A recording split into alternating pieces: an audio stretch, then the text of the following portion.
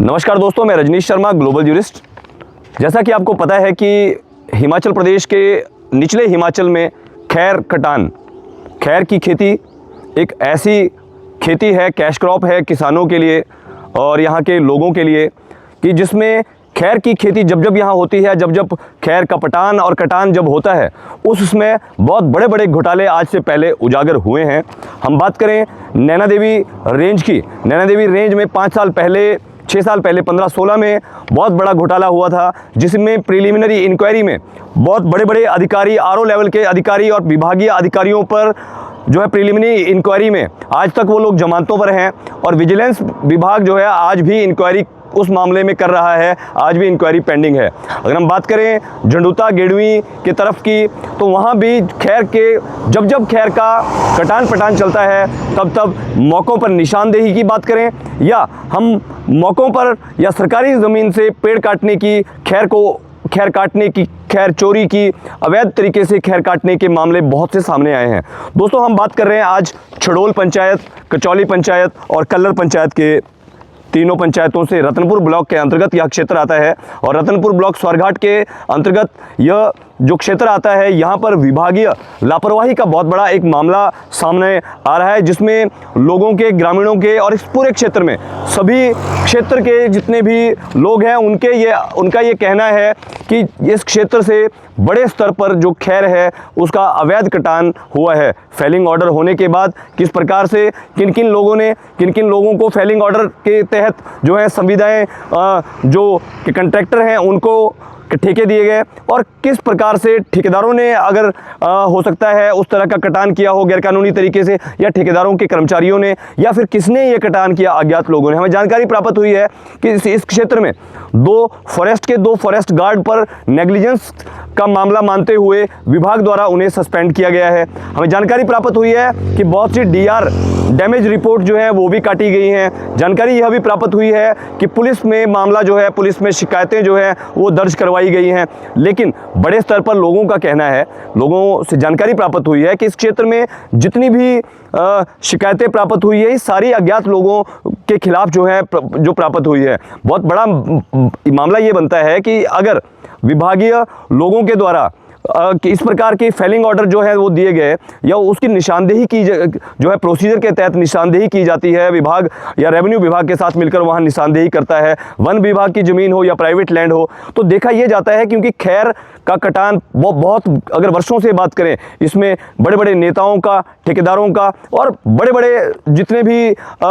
जो ठेकेदारों के साथ साथ जो लोग रहते हैं, जिनके इंटरेस्ट रहते हैं, जो इस कार्यों को करते हैं, जो इस कार्यों में पैसा बनाते हैं, उनके इंटरेस्ट इसमें रहते हैं। तो ये मामला अगर आपको हम बताएं तो हमने जैसे कि जानकारी एकत्रित किया कि जितने भी जनप्रतिनिधि हैं वो इस मामले में लगातार चुप्पी साधे हुए हैं। क्यों चुप्पी साधे, उनके ऊपर क्या दबाव है, कौन जिम्मेदार है, कौन किसके कहने से, किसके दबाव के अंतर्गत, या कौन सी या सत्तासीन पार्टी या विपक्ष के लोगों के द्वारा के दबाव में ये अवैध कटान हुआ है, इसमें किसका नुकसान हुआ है। एक तरफ सरकार घाटे में चल रही है, सरकार के पास जो है अपने सरकार को चलाने या विभागों को चलाने के लिए पैसा नहीं है, वहीं विभाग की लापरवाही या निष्क्रियता की वजह से करोड़ों रुपए के राजस्व का नुकसान लोगों को और सरकार को जो है यहाँ पर उठाना पड़ा है। आपको हम बता दें कि इससे पहले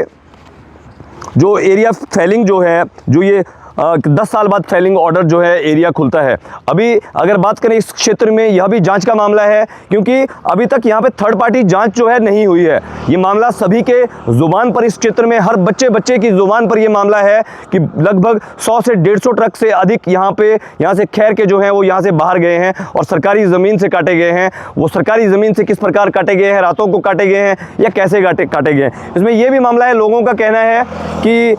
उस समय जब ये कार्य हुआ उस समय क्यों जांच नहीं बिठाई गई, उस समय क्यों जांच नहीं की गई। तो थर्ड पार्टी इंक्वायरी होनी चाहिए क्योंकि विभागीय अभी तक कोई एक्शन इसमें जिस प्रकार से लिया गया है उसमें कौन कौन अधिकारी संलिप्त हैं। क्या सिर्फ कहीं छोटे स्तर के अधिकारियों का यह कार्य नहीं हो सकता, क्योंकि छोटे स्तर के अधिकारियों पर बड़े जो अधिकारी, उच्च अधिकारी या नेता या सरकार में जो लोग बैठे हैं, कहीं उनका दबाव या उनकी ठेकेदारी के चलते ये जो मामला है ये सामने ना आया हो। ये इसमें एक जांच का बड़ा मामला जो है इसमें बना हुआ है, जिसमें बड़े स्तर की मैजिस्ट्रेट जांच जिसमें की जानी चाहिए, थर्ड पार्टी इंक्वायरी, जिसमें फॉरेस्ट विभाग के अलावा अन्य विभागों से इंक्वायरी जो है करवाई जानी बेहद ज़रूरी है। क्योंकि इतने अधिक अगर पेड़ जो हैं वो क्या काटे गए हैं तो ये बहुत ही बड़ा गंभीर मामला है।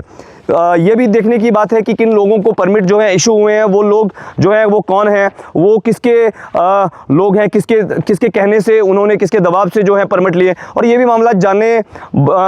जानना बहुत ज़रूरी है कि जिन लोगों ने परमिट लिए हैं उन लोगों ने क्या परमिट जारी होने के बाद, अवैध कटान की शिकायतें मिलने के बाद, क्या फिर से नए लोगों को यहाँ पर इस क्षेत्र में परमिट दिए गए, ये भी जांच का मामला है। क्योंकि हमेशा ये देखा जाता है कि जहाँ जहाँ खैर का कटान शुरू होता है वहाँ एक बड़ा घोटाला। और इसमें एक और बात जो बड़े स्तर की सामने आ रही है, जो लोगों स्पष्ट तौर पर लोग कह रहे हैं, बहुत से अधिकारियों के नाम सामने आ रहे हैं, लोग कह रहे हैं कि फलां जो अधिकारी हैं वो कई वर्षों से इस धंधे में संलिप्त रहते हैं। कई बार वो अपनी किसी की पत्नियों के नाम से, किसी के पतियों के नाम से या लोगों के नाम से जो है इस प्रकार के ठेके